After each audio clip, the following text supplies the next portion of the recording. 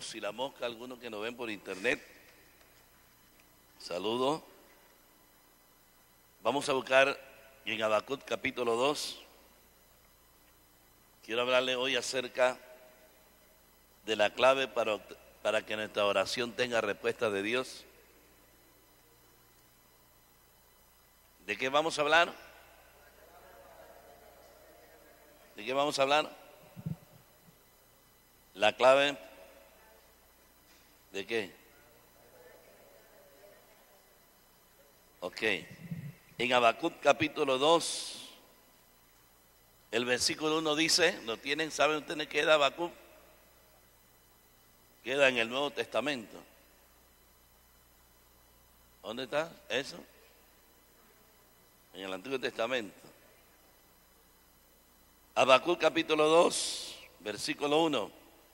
Dice, sobre mi guarda estaré y sobre la fortaleza afirmaré el pie y velaré para ver lo que se me dirá y qué de responder tocante a mi queja.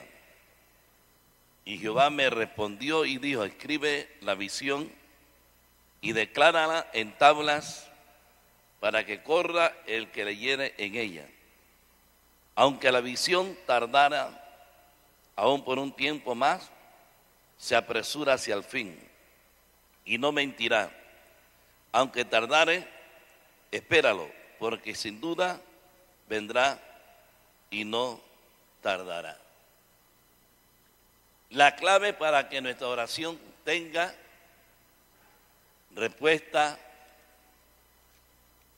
de parte de Dios.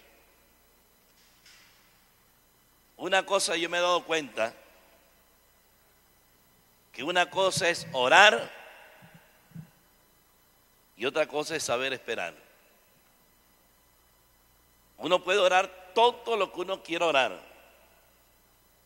pero no es lo mismo que esperar. Si yo le preguntara a usted cuál fue la oración de hace 5 días, ¿usted se acuerda qué le dijo usted a Dios hace 5 días en la oración? Le aseguro que no se acuerda de nada.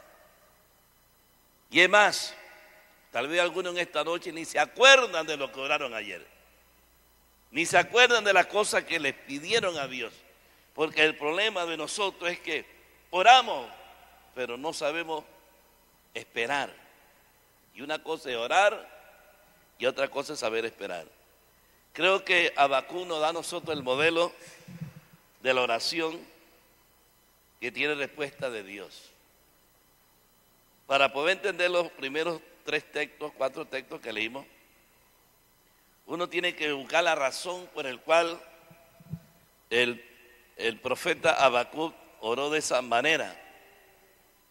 Y la razón número 1 de la oración de Habacuc era por algo que estaba aconteciendo en su contorno y que la habían afectado emocionalmente, espiritualmente. Toda oración nace producto de una necesidad. Porque si usted no tuviera necesidad, usted no orara. ¿Qué es lo que nos lleva a nosotros? Nos induce a orar, una necesidad. Y en el caso del profeta Habacuc había una necesidad que había golpeado sus sentimientos, inclusive sus sentimientos muy profundos, que él llegó hasta cierto punto a ser muy tajante y tal vez un poco grosero con Dios. Creo que es de los profetas que más le habla directamente a Dios y se queja. Y en la oración que hace Habacuc como que quiere regañar a Dios por la cosa que estaba aconteciendo. Y la razón por la cual él se queja es por la injusticia que había en el pueblo. Había mucha injusticia. El que tenía más poder era injusto con el que tenía menos poder. O sea que había un abuso. Eso podemos encontrarlo hoy en día. Empresarios que no le pagan al trabajador ni tan siquiera el salario mínimo, no le pagan seguro social, no le pagan preaviso, no le pagan vacaciones, Y eso se da muy aquí en los que tienen café, aquí en Boquete. La mayoría de los indígenas que trabajan en muchas fincas cafeteras no reciben ni el salario mínimo, y en algunos casos ni el seguro social, ni vacaciones, ni preaviso, ni 13º mes. Entonces, Habacuc estaba emocionalmente enojado por tanta injusticia, por el desprecio de muchos contra el pueblo, mucha injusticia. Y él se levanta contra Dios. Y hasta cierto punto Habacuc trata de regañar a Dios por las cosas que estaban aconteciendo, como diciendo, bueno, tú ves la injusticia que se está cometiendo y tú no dices nada, no habla nada. Entonces la oración de Habacuc nació de una necesidad sentida. A él había golpeado la injusticia de los opresores, de los que más tenían, contra los que no tenían nada. Y él estaba incómodo, él estaba súper enojado. Y entra en una polémica con Dios. Ahora yo pregunto en esta hora, ¿cuál será tu necesidad sentida por el cual tú quieres orar hoy? Porque toda oración nace por causa de una necesidad. ¿Qué problema tú tienes? Si a mí me preguntaran como pastor, yo me pondría en el lugar de Habacuc. Yo también podría decir, Dios, mira la injusticia que hay en el mundo que vivimos. ¿Cuál sería el problema del mundo de hoy? En aquel tiempo para Habacuc era la injusticia, la opresión del que más tenía sobre el que menos tenía. Pero ¿cuál realmente es el problema? ¿Qué es lo que estamos viendo? ¿Qué son las cosas que emocionalmente nos golpean, espiritualmente nos golpean? Es la condición que el mundo está. Si ese no es una carga, entonces usted está en problemas. Por las cosas que oímos, por las cosas que vemos, por las cosas que se practican. Vemos realmente influencia negativa por todo lado. Vemos a un mundo que está en una crisis de moral, crisis de valores, crisis de principios. Yo estaba viendo sin querer queriendo en la televisión un programa de un crucero exclusivamente nada más para homosexuales, para lesbianas y para homosexuales. Y en eso yo quedé curiosamente observando porque me llamó la atención de qué manera la cultura de estos tiempos está tratando de que veamos el homosexualismo y el lesbianismo como algo tan natural, como algo tan normal. Y eso hervía mi sangre. Yo le decía a mi esposa, mira, imagínate hasta dónde está la influencia y están tratando por los medios televisivos, por periódicos, por películas, tratando de minimizar este asunto de los homosexuales para que todo el mundo lo vea como algo natural. ¿Y sabe qué veía ahí? Hombre con hombre y mujer con mujer y con niños, criando niños. Ellos adoptaban niños, se los llevaban en esos cruceros. Uno hacía el papel de mamá, otro hacía el papel de papá, y ahí lo bañaban, lo peinaban, le echaban por todos lados, lo bañaban, lo echaban polvito y se sentaban en la sala, como si fueran hombre y mujer, para que los niños vieran eso como algo normal. Pero me llama la atención, hermano, de una niña que a los 4 años su padre dejó a su madre porque se dio cuenta que su mujer era lesbiana. Él se fue. Esa niña quedó con su madre y creció desde los 4 años hasta los 25 años viendo a su madre convivir con otra mujer, como pareja. Y en una ocasión la madre le dice, si tú tienes un sueño y en el sueño tú te ves casado con alguien de cualquier sexo, ese es tu destino. Y ella cuenta, la niña narra, ya tiene 20 años, que tuvo un sueño, pero en el sueño no se vio con otra mujer, en el sueño se vio con un hombre. Y ella dice que se levantó corriendo y le dijo, mami, gracias al Señor que no soy gay, gracias, yo no soy, bueno, no dijo gracias al Señor, por lo menos. Mami, contenta, dice, no soy gay, porque soñé que me casaba con un hombre. Entonces, ¿qué quiero decirle? Mire cómo esto se está infiltrando. Yo me preguntaba, todos esos niños, ¿cómo crecerán? Crecerán viendo la relación homosexual tan normal que también esos niños cuando sean grandes van a ser gay, van a ser homosexuales o van a ser lesbianas. Y esa es la generación que nos va a gobernar. Esa es la generación que va a traer que, imagínense, y lo peor del caso, que en ese crucero había alguien ahí que casaba a las lesbianas y casaba a los homosexuales. Se vestían de blanco y cantaban el himno ese de nupcial y fiesta y todo. Usted puede creer, hermano. Yo veo una iglesia muy pasiva ante esta realidad.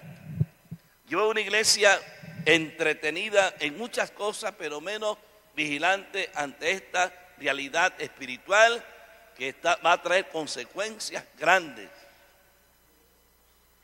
En el caso del profeta Habacuc, su sentir, su problema era ver la injusticia, la opresión del que más tenía sobre el que menos tenía. Ahora, yo pregunto, ¿cuál es la necesidad sentida de este tiempo? La realidad espiritual y moral que vivimos. Un mundo que está en crisis, un mundo que está cada día se pervierte, se corrompe más. Y mire, ¿cuáles son los anhelos de esta generación de estos tiempos? ¿Qué anhelan nuestros hijos? Si hay un debacle, la familia está siendo afectada en este tiempo. Hay una serie de divorcios, hay una serie de niños desamparados que vienen de hogares divorciados. Y los psicólogos se han dado cuenta que la mayoría de los jóvenes que están en delincuencia, la mayoría de los jóvenes que están en las drogas, la mayoría de los jóvenes que están en la banda vienen de hogares desintegrados, donde el padre y la madre se divorciaron, donde uno de ellos metió la pata. Entonces, ¿dónde estamos nosotros parados? ¿O eso, yo le pregunto a usted, no será para usted una necesidad sentida? ¿Cuáles son los anhelos de nuestros jóvenes hoy en día? ¿Dónde están los valores en nuestros jóvenes? ¿Dónde está el verdadero sentimiento de nuestra juventud? ¿Qué anhela? Usted se ha preguntado, ¿qué anhela el joven de hoy? No hablando de los cristianos, pero también un poquito de los cristianos. ¿Qué anhela el joven de hoy? ¿Qué es lo que hay en su corazón? ¿Qué es lo que hay en su pensamiento? Número uno, quieren libertad para hacer lo que a ellos les da la gana. No quieren estar sujetos a los padres. Porque vivimos, desgraciadamente, en una época donde los padres han perdido autoridad sobre sus hijos. Entonces, eso es crisis en la familia. Hay crisis en el hogar. Porque hay padres que ya no tienen autoridad. Primero, porque ellos nunca han sido ejemplos de autoridad. Y esa cosa, los hijos pesan la autoridad. Y la autoridad no es coger un rejo y pegarle al pelado. Autoridad no es ponerle una cara así de bravo. Autoridad es el testimonio, el testimonio que tú das como padre, un padre ejemplar, una madre ejemplar, un padre transparente. Y cuando hay un cuadro de padre y madre transparente, eso se proyecta y eso es lo que reviste,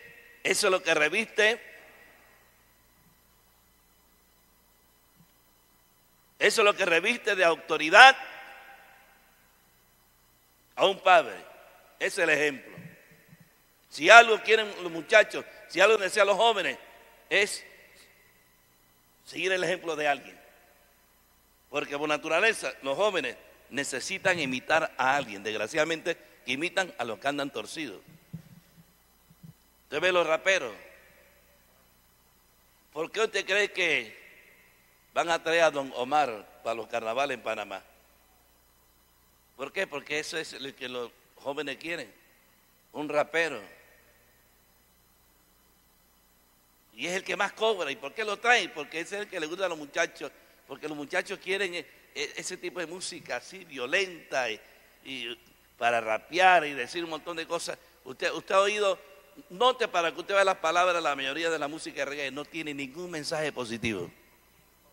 Todos los mensajes son hacia la violencia, hacia la libertad sexual, hacia la demencia, y no hay nada objetivo que pueda ayudar a los jóvenes.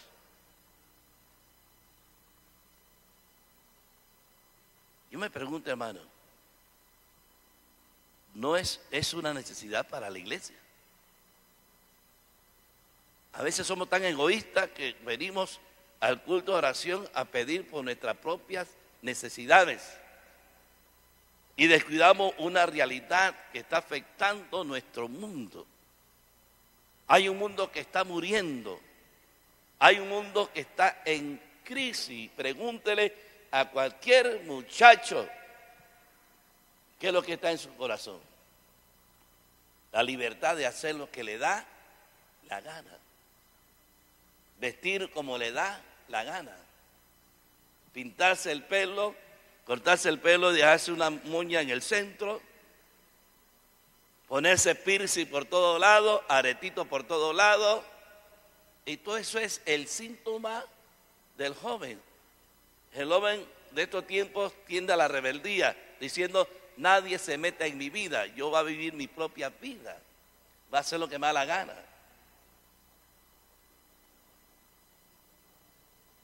Y como siempre digo, ahora más que nunca, tener sexo entre los jóvenes es tan normal, es tan común.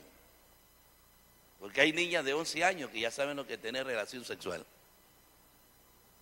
Eso no es nada alarmante para nadie. La mayoría de los noviazgos de hoy, ¿cómo son? Vamos a probar primero y después vamos a pensar cuándo nos casamos. Ahora es mar y novio. Eres mi novia, a la vez soy tu marido, soy tu novio. Tienen sexo, van a los hoteles, van a algún lugar de cita, practican toda clase de sexo y después están probando si pueden quedarse, casarse o no. Esa es la realidad de este tiempo. Entonces estamos ante una necesidad sentida bien violenta. Habacuc, hermano, su dolor como profeta era ver la injusticia. Ahora, hermano, lo que le pasó a Habacuc no se compara a la realidad espiritual, moral que vivimos en esta época.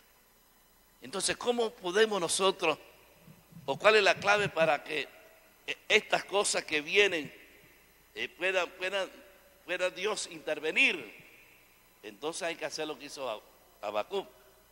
Dice el versículo 1 del capítulo 2, sobre mi guarda, dice Habacuc, estaré, y sobre la fortaleza afirmaré el pie y velaré para ver lo que se me dirá y qué de responder tocante a mi queja. Note, él en lo primero que dice, sobre mi guarda estaré. Eso habla de vigilancia. Eso habla de estar apercibido. Porque eso es lo que sobre mi guarda estaré. O sea, él habla del papel él está diciendo: yo soy como el centinela que guarda, el centinela que está despierto, el centinela que está vigilante. Hermano, si algo hace falta en la iglesia, es estar vigilante, estar despierto y apercibido de las cosas que están afectando nuestro contorno. A veces yo encuentro una iglesia muy ingenua ante esta realidad. Yo veo una iglesia que no tiene preocupación por esta realidad. Una iglesia despreocupada. Hermano, y si los de afuera están así, yo pregunto cómo están nuestros jóvenes. Note, para que usted vea la tendencia de muchos jóvenes, es querer imitar las cosas del mundo, vestir como viste el mundo, hacer todo lo que hace el mundo. Hay muchos jóvenes que si los padres le dieran la libertad total, estarían ahí pasando toda la noche en el PH, saltando, brincando. Y hay muchos de nuestros jóvenes que vienen así de mala gana, sí, y están en su rebeldía porque ellos, su corazón está atraído por las cosas del mundo. Ellos quisieran ser como los del mundo. Y están como el rey Josafat cuando conoció a Acab. Dice, tu pueblo será mi pueblo. ¿Cómo dice? Tu pueblo es como mi pueblo. Y mi familia es como tu familia, rey Acab. Y hubo un nexo de afinidad entre Josafat y Acab. ¿Cómo se le ocurre a Josafat decir, mi pueblo es como tu pueblo? Como diciendo, somos iguales, lo que tú haces también lo hacemos nosotros. Oye, nunca Josafat midió que estaba ante un rey que era pagano, idólatra y adoraba a los demonios, porque tenía a Jezabel, que era el mismo diablo, que tenía templos donde adoraban a Moloch y a un montón de dioses. Y este pobre rey ignorante, falta de discernimiento, va a decir públicamente ahí ante la corte real, es que Josafat, es que acá tu pueblo es como mi pueblo, diciendo, si son pecadores también nosotros somos pecadores. No hay afinidad entre la luz y la tiniebla. No hay unidad entre el agua y el aceite. Nosotros no somos del mundo. El Señor le dijo, hijito, vosotros no sois del mundo. ¿Cómo voy a compararme que venga cualquier payaso por ahí y dice, hey, nosotros somos como tú? ¿Y cómo quisieran ser? Algunos quisieran decir como Josafat, ay, el mundo es como yo, somos las mismas cosas. ¿Cuánto hay que quisieran? Y no, hermano, yo tengo que ir tan lejos. Miren la manera de vestir de muchos jóvenes. Las muchachas como vienen seductoras, atractivas, con la faldita aquí, casi en el mulito de arriba. Dios mío, algunos quieren hacer de la iglesia una pasarela, una exhibición de quién tiene el vestido más corto, más sensual, porque hay montones que su vestido lo hace ser más sensual. No hay ese temor, no hay ese respeto a Dios, de estar en la casa de Dios y venir como si esto fuera un lugar público. La iglesia no es un lugar público, es un lugar donde vienen los santos redimidos en la sangre del Cordero. Entonces lo peor del caso es que las que vienen con la espalda corta y después están allá, están así, tratando cómo se la bajan, que eso es una cosa más rara, ¿verdad? Entonces había una realidad. Y Habacuc estaba enojado. Mire, hermano, nosotros debemos estar bravos, pero el problema de Habacuc que era bravo con Dios. Estaba regañando prácticamente a Dios. ¿Tú sabes lo que es querer regañar a Dios? Bravo, enojado. Pero note lo que él hizo: sobre mi guarda estaré. Habla de vigilancia, habla de estar en constante vigilancia. 2, él dice, sobre la fortaleza afirmaré el pie, y dice, y velaré para ver lo que se me dirá. Habla de permanecer en la oración hasta velando, afirmado y velando hasta que Dios conteste la oración. A veces, hermano, nuestra oración es monóloga. Oramos, pero no esperamos que Dios nos conteste la oración. A veces somos irrespetuosos con Dios. A veces falta ética en la oración. Porque hasta en la oración hay que tener ética. ¿Cómo es posible que yo estoy hablando con la hermana aquí y le digo un montón de cosas y después le doy la espalda y me voy y no dejé que ella me responda? A veces somos groseros con Dios. Queremos hablar. Orar, hermano, hay un tiempo en la oración. Hermano, déle el espacio de Dios. Hay un tiempo en la oración que hay que guardar silencio. Porque dice que él que dijo, él dijo una gran realidad, dice, afirmaré el pie y se velaré para ver lo que se me dirá. En otra palabra, dice, velaré para ver lo que se me dirá. Usted es buen gramático, ¿sabe qué están entendiendo? O sea, en otra palabra, velaré para qué. Dice, velaré para ver qué se me dirá. O sea que en otra palabra, hubo un momento de espacio para Dios, un momento de silencio para oír la voz de Dios.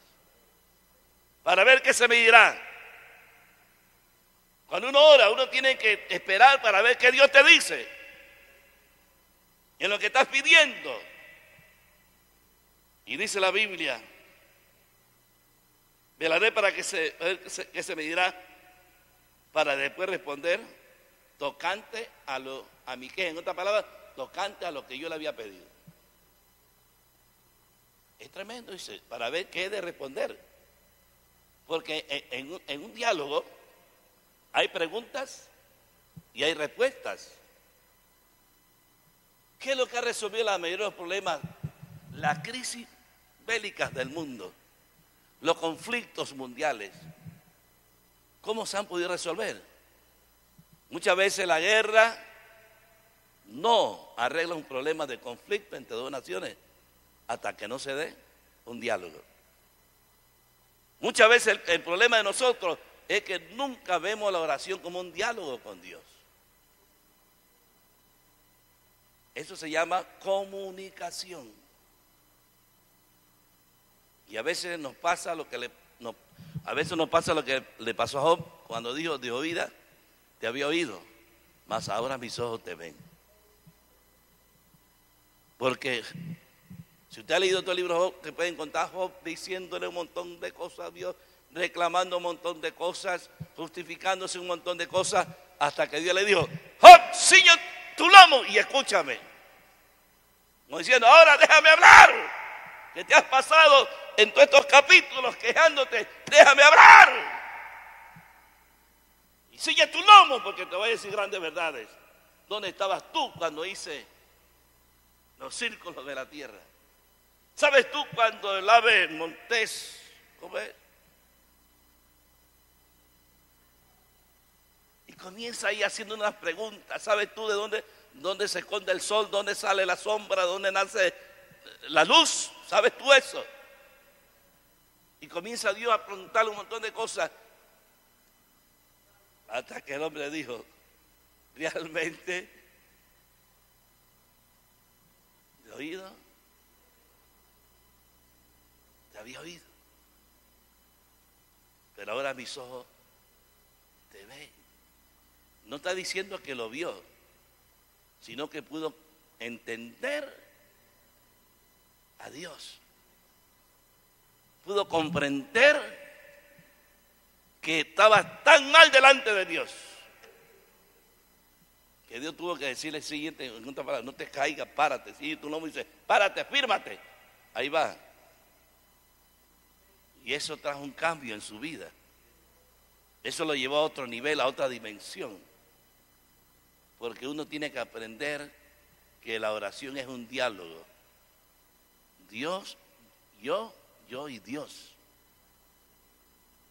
¿Qué dice el Señor? Clama a mí y yo te responderé. Eso habla de diálogo. Clama a mí y yo te responderé. Habla de comunicación.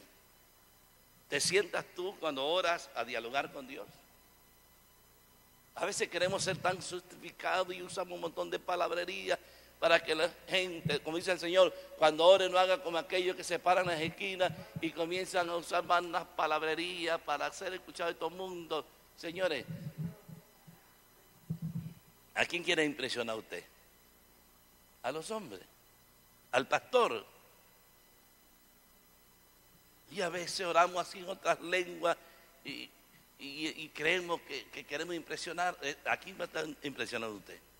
Y a veces gritamos y nos caemos y nos vamos a caer. Y yo siempre he dicho, hermano, que la unción no solamente está en los que se caen. Hay gente que no se pueden caer y tienen la unción. Pero a veces pensamos que el que no se cae es porque no tiene unción. ¿Dónde dice eso la Biblia?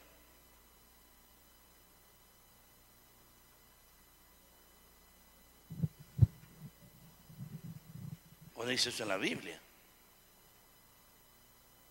El Señor no le puso la mano a nadie y llegaron a buscarlo.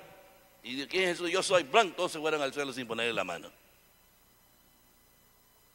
¿A quién quiere usted impresionar? Mire, hermano, hay tantas cosas, hermana Yaret, hay tantas cosas que debemos aprender de la oración. Recuerde que la oración no es solamente orar, hay que saber esperar. Y termino con esto. ¿Dónde quedamos? Dice: Para ver lo que se me dirá es saber escuchar. Aprenda a escuchar. Dice que la clave para liberar a alguien en la psicología, a veces no usar, dice que la mejor técnica en la psicología cuando uno dialoga con alguien, deje que la gente hable, escúchelo. Escúchelo. Y a veces hay gente que solamente con ellos desahogarse en lo que dicen, ellos mismos se autoliberan. Y tú no tienes que decir nada. Ahora yo le pregunto, hermanos, ¿usted sabe escuchar? Porque dice que él dijo, velaré para ver lo que se me dirá, saber escuchar y qué de responder. Pero también es necesario saber escuchar para saber qué uno va a responder. En un diálogo, la clave de un diálogo es saber escuchar para poder saber responder. Porque ¿cómo usted puede resolver el problema de alguien? ¿Cómo te quiere resolver el problema de alguien si usted no escucha primero? A veces hay hermanos que dicen, pastor, mire, yo quiero hablar con usted. No, hermano, no se preocupe, venga, reciba la respuesta de Dios, ya, fuera. Entonces, ese hermano se va peor que como vino. Porque ellos necesitan que se le escuche. Y en la oración, aprende este principio. En la oración es importante, hermanos, saber, después que usted ora, saber escuchar, saber esperar qué Dios le va a decir en cuanto a usted, lo que usted le pidió a Dios. La clave de la psicología es saber escuchar para saber cómo responder. Ahí está la clave. Y hay tantas oraciones que tal vez tú has hecho que no han tenido respuesta de Dios porque no has tenido la capacidad de saber escuchar. Y dice la Biblia, velaré para ver lo que se me dirá y qué de responder tocante a mi queja. Oye, este hombre es directo. Y saber responder tocante a mi queja, o sea, voy a esperar que lo que yo le dije a él, a ver qué me va a decir, para yo volver a responderle. Abacú era terrible, no le tenía miedo a Dios, querellando con Dios. Dice, yo he de esperar a ver qué me dice para saber cómo responder. Anote, y dijo en el versículo 2, y Jehová me respondió y dijo, escribe la visión y declárala en tabla para que corra el que leyere en ella. Dice que él esperó y Jehová le respondió. Me gusta eso. Dice, y Jehová me respondió. O sea, en otra palabra, y Jehová contestó mi oración. Y Jehová contestó mi clamor. Todos estamos aquí porque queremos que el Señor responda a nuestro clamor. Responda a nuestra oración. Y Jehová me respondió y dijo, la visión, dice, escribe la visión y declárala en tabla para que corra el que leyera. O sea, Dios responde y le dice una realidad que a veces sufrimos. Aunque la visión tardare, aún por un tiempo, más se apresura hacia el fin y no mentirá. Aunque tardare, espéralo, porque sin duda vendrá y no tardará. A veces hay respuestas de la oración que demoran. No en su tiempo. Y hay oraciones, hermanos, que demoran más que otras. Pero no es porque Dios no haya escuchado. No es porque Dios no haya respondido, sino que hay la oración muchas veces, la respuesta a una oración muchas veces requiere de un tiempo. Pero dice, de que ha de venir vendrá, espéralo porque vendrá, diciendo, afirmando que lo que uno pide, hermano, puede pasar un mes, puede pasar 2 meses, puede pasar un año, puede pasar 5 años, no importa cuánto demore, pero vendrá. ¿Sabe una vez una hermana? Timorogo, quédate quieto ahí hasta que termine, que tú tienes gusanitos en los pies. Yo estaba escuchando el testimonio de una hermana que cuando su hija tenía 7 años, ella decía, padre, que cuando mi hija sea adolescente, Yo quiero que ella esté, que cante los coros, que sea maestra de escuela dominical. Siempre esa fue su oración. Y pasaron los años. Y aquí hay una clave de algo. Pasaron los años. La niña a los 17 años, pasaron 10 años. Un día la niña estaba cantando en el altar y de repente ella oyó la voz de Dios que le dijo: ¿ves que respondí a tu oración? Dice: ¿pero qué oración, Señor? ¿No te acuerdas que cuando ella tenía 7 años me pediste que verla en un altar cantando y sirviendo como maestra? Ay, sí, pero es que hace 10 años que te pedí eso. ¿Sabe qué puedo aprender? Que hay oraciones que tal vez tú hace 10 años, 20 años que la has pedido y tal vez en cualquier momento vas a ver la respuesta. No lo dudes. Dice que el Señor contestará todas nuestras oraciones, todas. Lo que pasa es que usted no tiene la mente de Dios, no tenemos la mente de Dios, porque Dios no anda como nosotros preocupados por el tiempo. Dios no anda en el tiempo, Dios anda en la eternidad. El concepto de tiempo no existe para Dios, existe para nosotros, pero no para Dios. Y Dios no tiene ese problema, hermanos. El Señor le dio una promesa a Caleb cuando tenía 40 años. Dios le dijo a Caleb: ¿ves esa montaña que está ahí? Tú vas a ser dueño de esa montaña. Y llamó a Josué y Dios le confirmó a Josué: esa montaña, esa montaña que tú ves pertenece a Caleb. Pasaron 45 años para que Dios le diera ese monte que le había prometido. ¿Hacía cuántos años? Habían pasado 40 años, 45 años. Caleb tuvo que esperar 45 años para que se cumpliera la promesa de que él iba a heredar esa montaña. Lo que yo quiero decirte, hermano, es que el concepto del tiempo no sirve para Dios, y por eso es que muchas veces nosotros nos deprimimos, nos desanimamos porque algunos quieren oraciones de respuesta automática. Vivimos en un mundo, hermano, donde todo se quiere hacer rápido, ¿verdad? Nosotros vivimos un mundo automático, vivimos un mundo cibernético, que todo, mire, todo lo están reduciendo. El tiempo, reducimos el tiempo, reducimos las cosas. Ahora las cosas poderosas vienen reducidas en cosas pequeñas. Ahora todo el mundo no habla de macrochip, ya no se habla sino de microchip, todo es pequeño, todo es reducido, todo está reducido, todo. Las cosas poderosas son pequeñitas. Y estamos tratando de reducir todo porque queremos todas las cosas rápido. Y es la realidad en que el mundo en que vivimos, ahora las bocinas, hermano, más potentes, ¿sabes? Son de este tamaño. Sí, son chiquitas. Y tienen más voltaje que cualquiera, ese montón de bocinas tan grandes que uno tenía.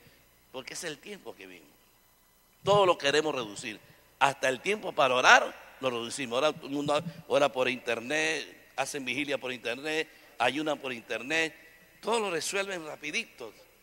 Antes los muchachos se mataban estudiando en las bibliotecas bíblicas, buscando la tarea. Ahora se meten en internet y ahí está, en 10 minutos ya hicieron la tarea, que antes costaba 4 horas. Porque todo lo queremos reducir al tiempo. Y todo el mundo vive apresurado. El mundo anda para aquí y por allá. Ahora los muchachos quieren casarse rápido, tienen 20 años y ya quieren empatarse. En mi tiempo tenemos que esperar 4, 5, 6 años para uno casarse. Ahora, hermanos, se conocieron hoy, ya están hablando de matrimonio. Porque hay un tiempo donde todas las cosas queremos reducirlas, todo, hasta nuestra relación con Dios queremos reducirla. La relación noviazgo queremos reducirlo, todo queremos reducirlo. Porque es el concepto de hoy, todo tiene que ser reducido en algo pequeño para que tenga más poder. ¿Qué tiempo demorará Dios tu respuesta a tu problema? Ese no es problema tuyo. Debe estar tranquilo. Espera, hermano, porque el Señor dijo: espera, porque lo que ha de venir vendrá y nada lo va a detener. Esa es la clave, saber esperar. Como decíamos, una cosa es orar y otra cosa es saber esperar en la oración. Así que te animo a que no desmayes en tu oración. Y sé, como dice él, yo seré que seré sobre mi guarda, o sea, estaré vigilante, estaré firme, vigilante, estaré con los ojos abiertos, velaré para ver qué se me va a decir a mi queja, qué se me va a decir yo a lo que yo le he pedido, y esperaré para después responder a mi queja. Esa es la clave del éxito. Póngase de pie.